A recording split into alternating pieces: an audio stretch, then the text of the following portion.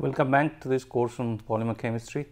In last lecture we were discussing about polymer properties and their evaluation, and we did a detailed discussion about mechanical properties, and we also discussed about thermal properties and little bit of fire resistant properties of polymers. In today's class what we will do is to go through the other properties like optical properties, electrical properties, barrier properties and environmental properties, surface properties, and not in detail, just briefly, and then begin our discussion on chemistry of polymer additives. So, let us start our discussion on optical properties. Now, when you make a material out of a polymer like plastic material, now the look, the aesthetics of the material or the parts depends upon several optical properties. For example, if we are going to make a plastic material or polymer material which are intended to be a optically clear applications, then the plastic part or the polymer part has to be transparent, and if it is for absolutely clear application, then there should not be any haze or any yellowness in the material and so on. And in opaque applications there are other properties like gloss, reflectance, yellowness index and so many things, surface roughness. So, those are the things one must consider before before you apply or before you have a polymer product out in the market. So, if we look at these optical properties of a plastic material, you can list a number of terms: transmission, diffraction, reflection, scattering, absorption, clarity, haze, gloss, yellowness index, birefringence, color and so on. So, what I am going to do is not to discuss each and every term, but to pick up few important terms and then explain and then see how the value of that particular property or value of that particular parameter depends on the chemical structures. For example, let us talk about transmission first. Now, what happens when a light travels through a matter? If you are talking about a plastic material, obviously you are talking about you are thinking a plastic material or polymer material. When light travels through a polymeric material, what happens? Obviously, first thing happened that when it just hit the polymer surface or the part surface, it can get scattered from the surface of the polymer if the surface is rough, and of course reflection, part of the light gets back to the original medium by reflection. So, basically when a light travels through a material, in this case a plastic material or polymer material, first thing happen is surface scattering or reflection, and because of that there will be loss of intensity of the light passing through the material, and scattering from rough surface also will lead to reduction in the clarity of the material and of course increase in the haze. Now, we will discuss or define this term clarity and haze in a minute. So, basically because of surface scattering and reflection, your transmission comes down. In the bulk, what happened? In bulk there could be two things happening. One is scattering can happen, and now because of scattering there will be loss of intensity of light, and molecular absorption can happen due to presence of some chromophores or some pigment in the material, which could lead to formation of color in the medium. So, because of scattering and absorption, there will be loss of intensity. So, the bulk extinction coefficient is consists of bulk scattering and molecular absorption. It may be noted that this absorbed light can be re-emitted, but that re-emitted light is always less or at best equal compared to the amount of absorbed light. So, there will be a drop in intensity when light passes through the matter due to surface scattering, reflection and bulk extinction.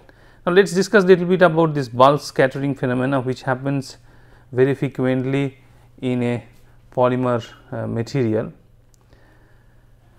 Now, the scattering happen due to inhomogeneities in the refractive index in the medium. So, if there are inhomogeneities present in the polymeric material, there could be or there will be bulk scattering. For example, if you have some particles, so small particles which are there or voids or some air bubbles are there, then in a homopolymer matrix, then there will be differences in the refractive index between the medium and those portions which I just mentioned. So, there will be scattering. So, scattering to happen, the two conditions has to meet. One, there should be difference in Ri refractive index between the scatterer and the medium. Obviously, if there is a particle present in the medium whose refractive index is same as the polymer refractive index, then there won't be any scattering happening. So, first and foremost criteria for scattering to happen is that there should be a mismatch or inhomogeneities in the refractive index between the scatterer and the medium. Second, obviously the amount of scattering will depend upon the size and the shape of the scatterer. The more the size in comparison to the wavelength of the light being scattered, the higher would be the amount of scattering. For example, presence of crystalline phases in a semi-crystalline material, the amorphous and the crystalline phases will have different refractive index. So, that will cause scattering, and for this reason actually most of the crystalline polymers are opaque in nature because of the heavy amount of light scattering. If you have fillers which are having higher size compared to is not very small side, have a significant diameter, then they will scatter light. Immiscible blends or block copolymer also have difference in the refractive index between the two phases formed by the two homopolymers or two blocks, they will also scatter. And liquid crystalline polymers, because there are different inhomogeneities in the refractive index for a liquid polymer, crystalline polymer LCPs. Now, for a single component polymer, say for example, there is a homopolymer you are talking about or a copolymer, miscible copolymer, they can also scatter slightly due to presence in spatial variation of Ri, due to presence of some stresses, Moldering stress, or some reason there could be some maybe very small, but small inhomogeneities in the refractive index value across different places of the material, and for that reason there could be slight amount of refractive index. So, if you want to make some polymeric material which does not or should not have any scattering, then your material must be very homogeneous in respect to the refractive index value across the entire medium. And as I said, the presence of impurities like voids, bubbles, etc. may also cause scattering. Obviously, the refractive index values between the material polymeric matrix and the voids or the bubbles will be different. So, depending on the size of these whites of bubbles, they will scatter light. Let us take a real example of block copolymer of BPA polycarbonate and PDMS. This is a structure of the block copolymer, where this block consists of a PDMS block and a bisphenol A polycarbonate block. Depending upon which is higher, this polymer may behave as elastomer or thermoplastic. If the amount of rubbery phase, that is PDMS, is higher, high siloxane percentage, then this polymer behaves, block behaves as elastomeric, and if the amount of siloxane is lower, then this block copolymer behave as thermoplastics. Now, let us talk about low concentration of siloxane, say about 5 to 10%. We are talking about thermoplastics. Now, because this PDMS is stitched with the other block, then they do not phase separate in such a way that they come out or delaminate from the total matrix. So, they make this PDMS form small domains of PDMS in the entire matrix, which is mostly BPA polycarbonate. We are talking a composition where it is mostly BPA polycarbonate and maybe 5% is PDMS. Look at the refractive index of these two. PC has 1.58, PDMS is 1.4. So, obviously, there is a mismatch in refractive index. So, they will scatter light, and depending upon the amount of scatter, the transparency will come down, and higher the scattering, the transparency will be less.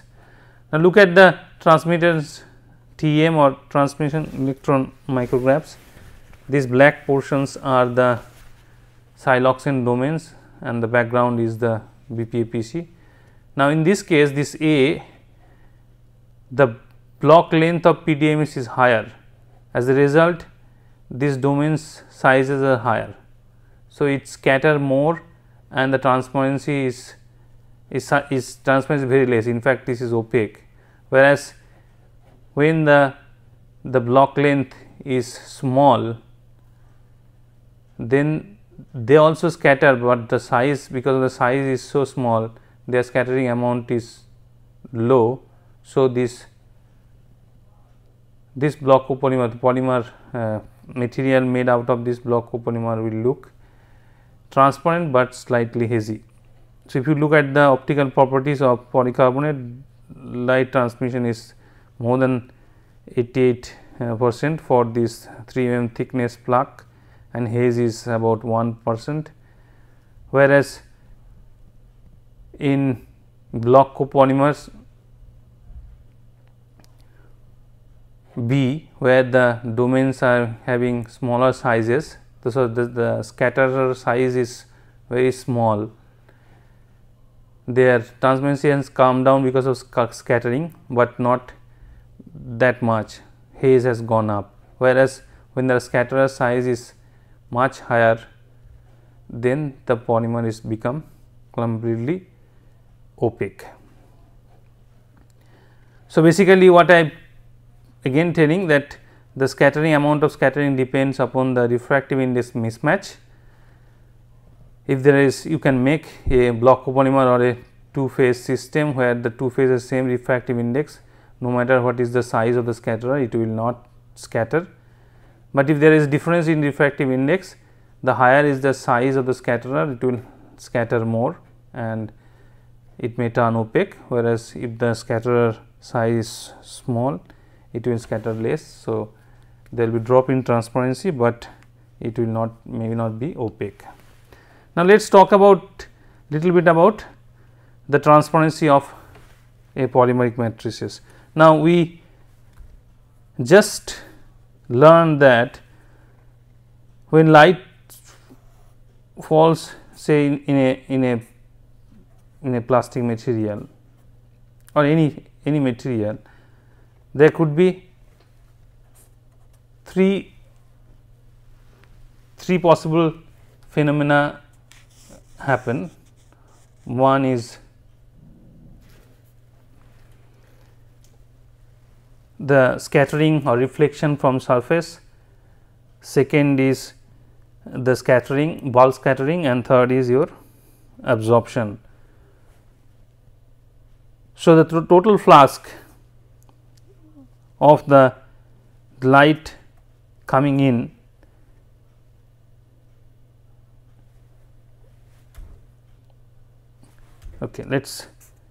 there will be part of light which will gets transmitted.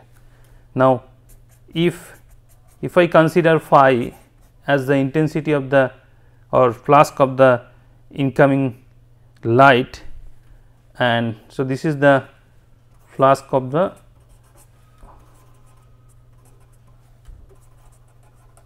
incoming light, and if I consider phi un is the flask of light transmitted undeviated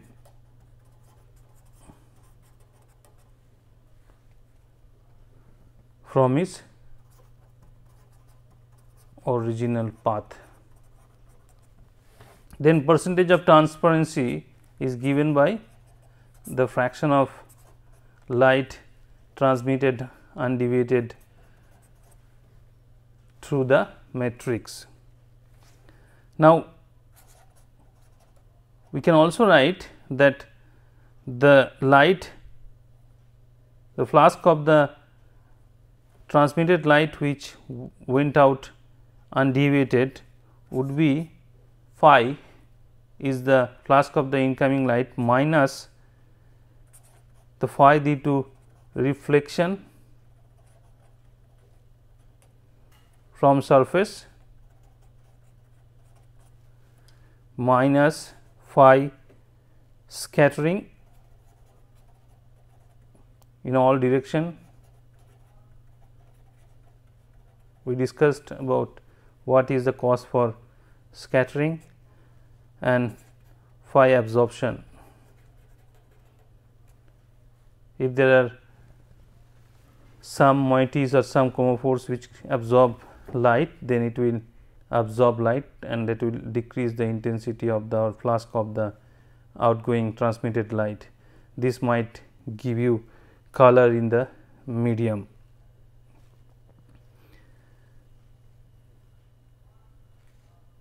Now, these two depends on the thickness of your material and also the lambda, the wavelength of the light which are used. So, obviously, this value percentage and hence the percentage transmission will also depend upon the thickness and the lambda of the or the wavelength of the light used. Now, if we have no scattering or no scatterer present in the medium, in the polymer material, and also there is nothing which is absorbing, then obviously this transparency is only given by the loss due to the reflection. So, if we can find out theoretically what will be the extent of reflection, then we can find out what will be the maximum transparency of any material or a plastic material, and that is theoretically given by Fresnel equation. So, theoretically from Fresnel's equation, the maximum transparency is given by this, where n is the refractive index of the polymeric medium.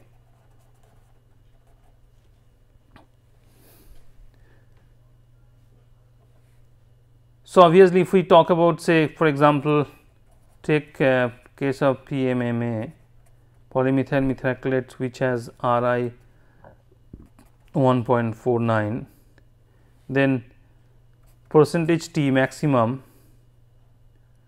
So, the maximum percentage T of a PMMA, if you put this value here, it will come around 96%. So, this is the maximum transparency you can get out of a PMMA material. So, the higher is the refractive index, lower is the maximum transparency one can get when a light pass through a polymeric material, but one can never get this high amount of transparency through a polymeric medium, because there will be some inhomogeneities in the refractive index in the medium, even though this is for a homopolymer, and that will cause some amount of loss of flash of the incoming light or transmitted light due to scattering. So, maximum transparency for a PMMA in real case we get about 92.8%. So, that 3% transparency is lost due to presence of scatterer, and this value is for lambda around 380 nanometer to 110 meter. So, if lambda changes beyond that, this value might change. So, what we learn from here, that the less the, if there is no scatterer present or nothing is present which is absorbing light in the polymer matrix, then the transparency is dictated mainly by the value of the refractive index.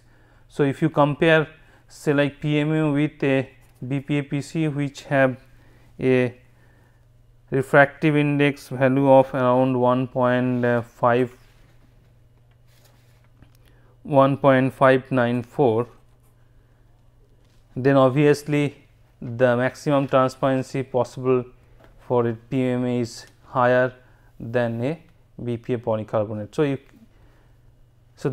if you want to make a transparent, or if you want to increase the transparency of a polymeric material, then you should look for a polymer which have lower refractive index.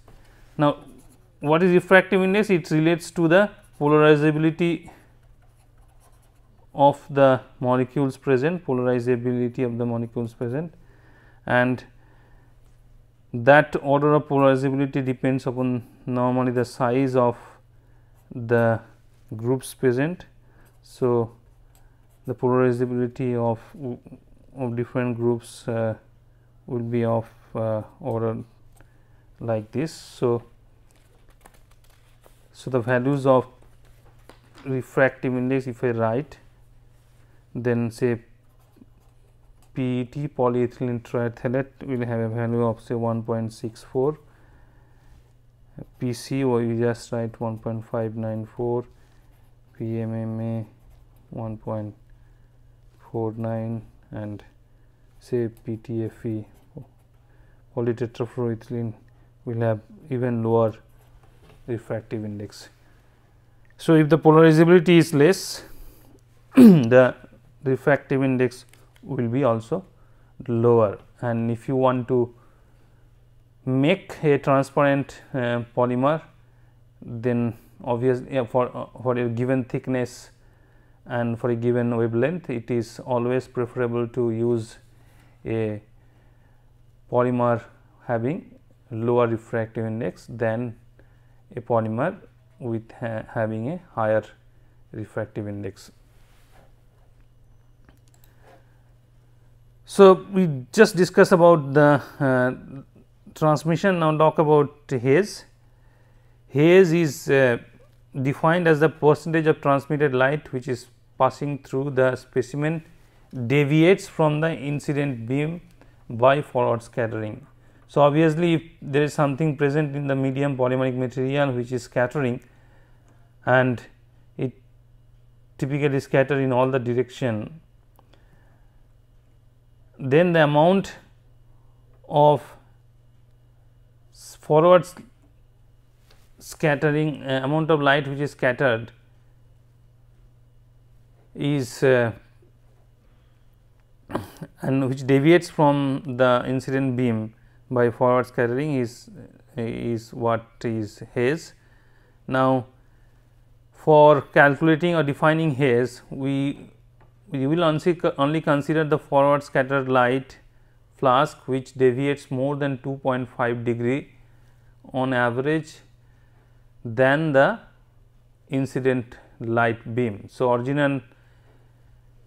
with the lights, the forward scattered light which is scattered beyond 2.5 degree compared to the incident light would be taken as the value for Haze.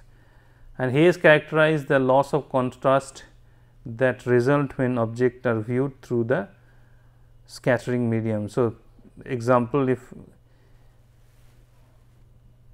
it is a loss of Haze because of Haze loss of contrast. So, if you are using two plastic material to view these two, then obviously there will be loss of contrast if you are looking through a hazy material.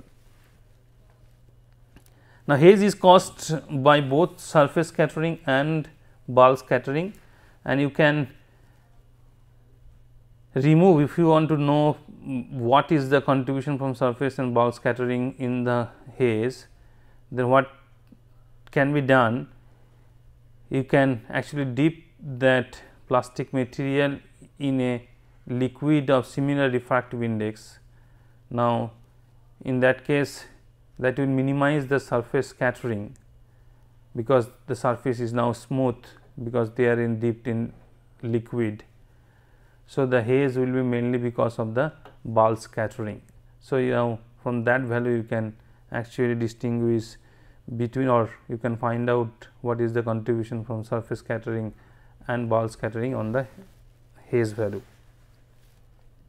What is clarity? Clarity is the ability of the sample to transmit the fine details of a object viewed through it. It's basically is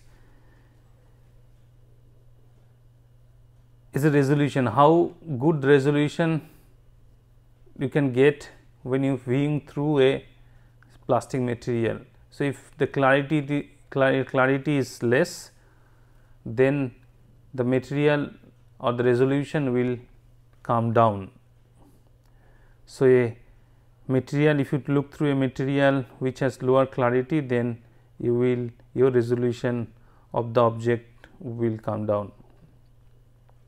It is strongly related to the angular distribution of scattering light as scattering intensity, and if the size of the scatterer is large, then the angular distribution of scatter intensity will be higher. So, it is always prefer to have to minimize the size of the scattering center to get maximum value of clarity, and obviously it depends on the distance between the object viewed and the sample, and if there is light absorption and scattering, obviously clarity will be lost. Next terms we will be discussing about reflection and gloss. Reflectivity is defined as the ratio of the intensity of the reflected light to the incident light. So, the more amount of incident reflected light, more reflection means the reflectivity will be higher, and that depends upon angle of incident of the light and angle of refraction, which in turn depend on the refractive index of the medium. So, in this case also, if your refractive index of the material or polymer is higher, then the reflectivity is also higher, and if your angle of incidence is higher, the reflectivity is higher, and this reflectivity is given by this expression where alpha is your angle of incident and beta is your angle of refraction. Gloss relates to the reduction of intensity of light scattered specularly off the surface. Specularly means the angle of incidence is same as angle of refraction like a perfect mirror. If a surface is not smooth, say it has rough, then the lights which are getting reflected specularly from different region, they will have different distance to travel to the observer. So, there will be phase difference, and as a result there will be decrease in the intensity. So, if the sample is rough, then the amount of or intensity of the light which is specularly reflected will be lower, and there will be reduction in the value of gloss. So, it is better if you want to make a glossy surface, then the surface should be smooth, and also if the sample is having a larger refractive index, then as a result of higher reflection value, your gloss will be also higher. How do you measure gloss? Gloss is measured or related to the intensity. It basically measured as the ratio of reflectivity of a sample to the reflectivity of a standard, and typically the standard is taken as a optically flat black glass for a particular incident angle. So, basically if this is considered a perfectly reflecting material, then the reflectivity compared to this for a material would be given by or will give the value of gloss.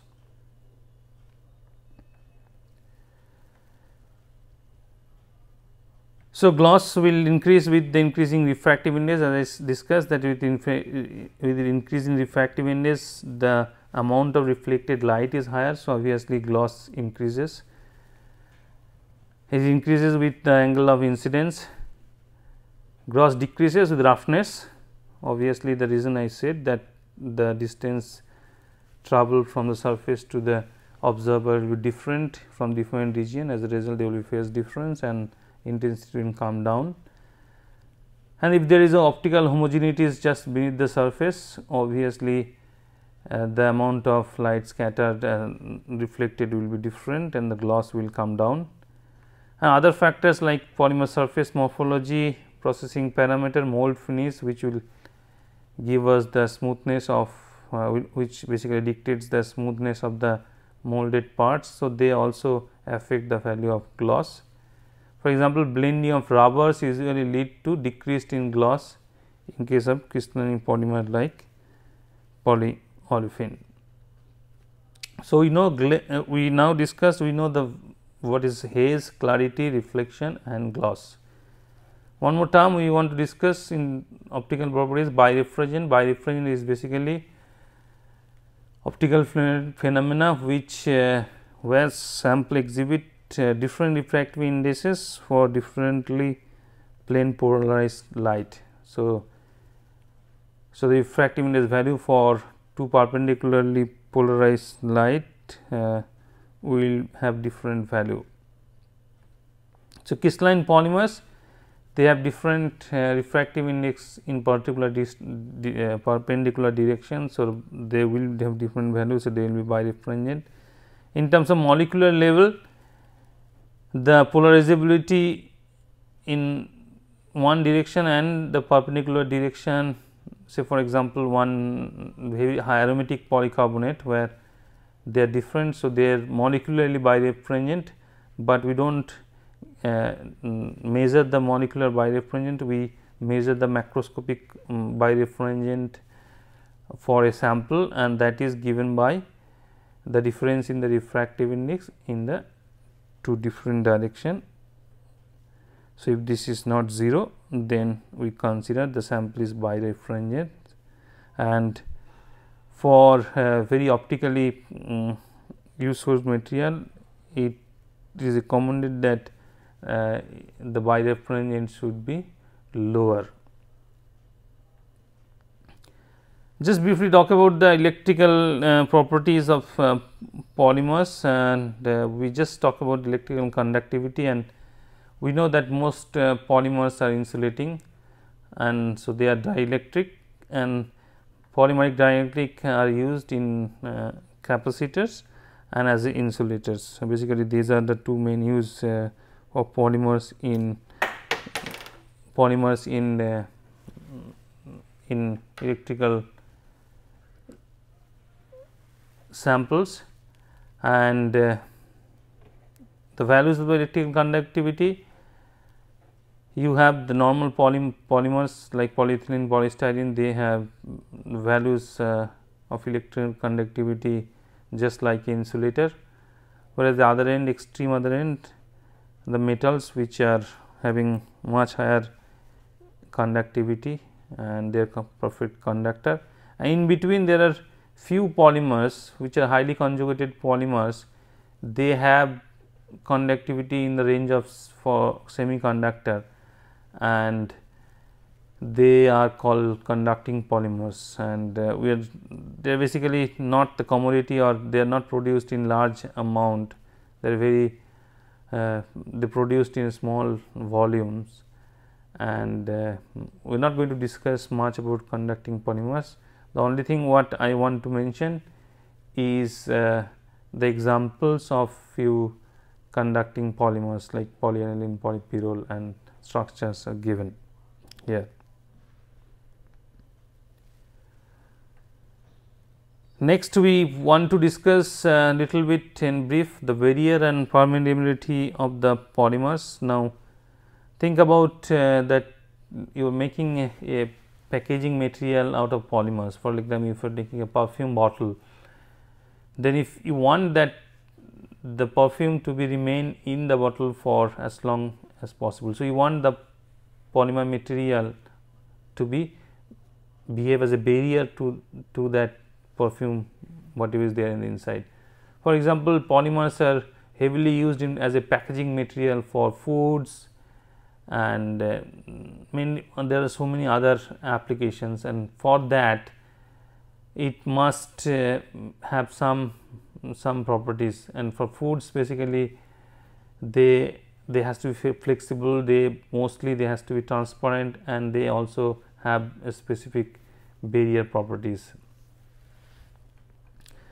So, barrier polymers are having low permeability coefficient and restricted passage of gases, vapors, and organic liquids, and the polymers in barrier applications like packaging industry, their demand is growing day by day for preserving flavor and safety of food product. Now, permeability is opposite to the barrier. Basically, more permeable means less barrier, or more barrier means less permeability. The permeability is defined as the product of solubility of a gas or vapor in the polymer matrix and its diffusion coefficient. So, basically permeability is given by two factors: the solubility of the gas or the vapor in the polymer and the diffusion coefficient of the gas in concern, and it is measured as the permeability is measured as the rate of transfer of the vapor or the gas per unit area of the material and per unit pressure difference across the film thickness. So, basically is normalized with the area as well as the pressure difference across the film thickness. However, plastics are still not as good as barrier materials like glass and metals. So, there is still necessity of making plastics materials which can be as effective as like glass and metal for barrier applications. So, we just said that the barrier or the permeability properties of polymer depends upon the diffusivity of the gas concerned, and of course, the solubility of that gas in the particular polymer. Now, diffusivity of the gas depends upon chemical structures. So, it does not only depend on the molecular structure, but also on the crystallinity and crystal morphology. In a semi-crystalline polymer, crystalline regions are highly dense region, and basically it acts at a very high barrier to any diffusion through it. So, basically higher the crystallinity, higher is the barrier property for that polymer. And in fact, if you increase the density of the polymer matrix, the barrier property goes up. So, if the high free volume is higher, which means there are the free regions where the gas can diffuse through, which means the diffusivity will be higher. As I discussed, the higher the crystallinity, crystalline regions are impermeable, hence lower is the diffusivity. Higher is the tortuosity, lower is the diffusion. Tortuosity means is the path one has to travel to cross that thickness. So, if I consider one example now, if I have a polymer matrix and there are, so this is, for example, compare a polymer matrix, just plain polymer matrix, and a polymer matrix with all these are, say, for example, clays. These are clays which are exfoliated in the matrix. Then if a gas has to pass through this medium, then it has to take longer path like this compared to a path where you do not have these clay materials. So, this means this is a tortuous path, and higher is this tortuous path, the higher is the barrier to the gas to pass through. And if the diffusivity increases with the decrease in the size of the gas molecules, obviously for well known reasons. So, transmission is follows for everything is same, given everything is other things is same, the transmittance rate will go up for a smaller size gas compared to a higher size gas. Second parameter which is responsible for permeability is the solubility, and solubility of a gas in a polymer depend upon the chemical affinity between the gas and the polymer we are talking about.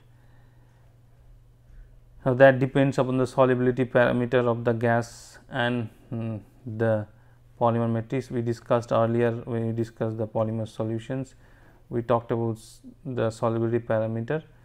So, basically the higher the solubility, it is higher is the permeability of the polymer matrix towards that gas. We also briefly talk about chemical resistance. Chemical resistance is basically a property where a polymer is bring in contact with certain chemicals, and after a given exposure time the property retention is measured. So, if you are talking about a mechanical property, then after the exposure the mechanical property like impact, tensile strength, those are compared with, or ductility, those are compared with the value which was before the exposure to the chemicals. And if there is less deterioration in the value of those property, then the polymer will be resistant to chemical.